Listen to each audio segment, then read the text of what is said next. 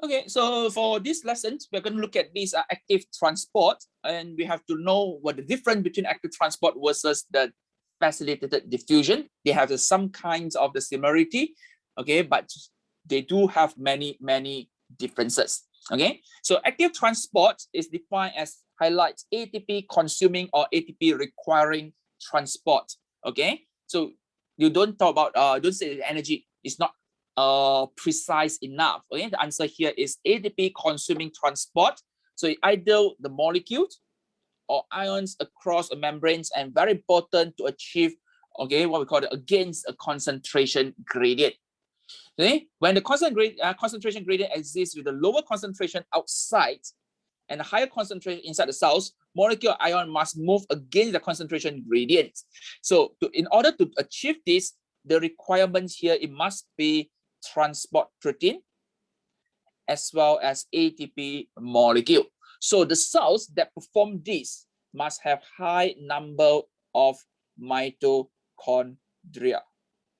Are you clear? The cell that perform this active transport a lot, they must have a lot of mitochondria.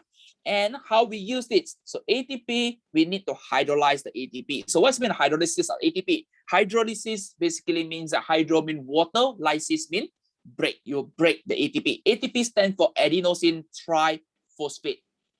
Are you clear? Okay. So we have learned a little bit about this in chapter 1, right? So if you look at this hydrolysis, hydrolysis actually breaks down the ATP molecule. T here means tri, P here means phosphate. Okay, so break down the ATP molecule with water molecule.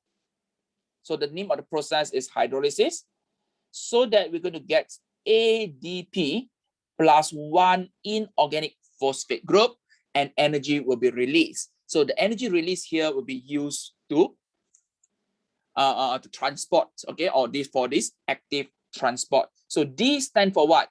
D stand for di, mean 2 phosphate. So another one phosphate, remove out as inorganic. Okay, don't say P. P means phosphorus. We don't remove as phosphorus. We remove it as the phosphate. So Pi, the small letter I that indicates the inorganic phosphate groups that have been removed out from the ATP. So when you remove the ATP, you break down the ATP molecule, energy is released. So highlight the word energy release. Okay, we cannot produce energy. Be careful, we don't produce energy. We release the energy through this hydrolysis of ATP. So this hydrolysis of ATP supply or provides, okay, the energy for the active transport. So active transport can be either direct or indirect active transport. So let us look at the direct active transport first. When you look at the direct active transport, okay, one of the example you have to know is the sodium potassium pump. Okay, sodium potassium pump means that they pump two kinds of the ions. So the process actually starts, okay, with this carrier protein. It must have the carrier protein, right? Can you see that? Carrier protein. Okay, so these carrier proteins, it cannot be channel protein, guys. It must be carrier protein. So sodium ions first bind to the binding sites of this carrier protein, and then ATP molecule going to phosphorylate. Can you see that we hydrolyze ATP molecule? So we have ADP and inorganic phosphate group. So when you have this phosphate group bind to the sodium potassium pump, the binding of the phosphate group here actually will cause the change in the shape. Can you see that? And then release the sodium ion out of the cells. Okay, now sodium ion can bind or not? Cannot, because the shape now different already. Something like squeeze, can you see that? The original shape. So it's something like squeeze the sodium ion out. So when the sodium ion out already, potassium ion can bind. But initially in the cytoplasm, potassium ion can bind or not? Cannot. Can you see that? The shape is not complementary. Can you see that? So the shape is not matched, not complementary. The key, right? For example, the key, right? Not say the correct key. Okay. So when the potassium ions from the external surrounding bind to the binding site, you're going to trigger the release of the phosphate group. So the release of the phosphate group will return the original shape. Can you see that?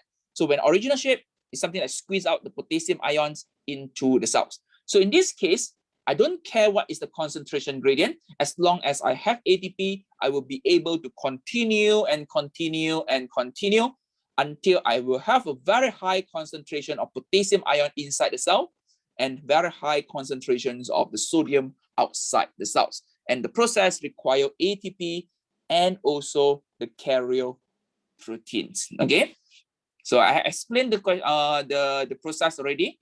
So now try to answer the question. Okay, 2 minutes.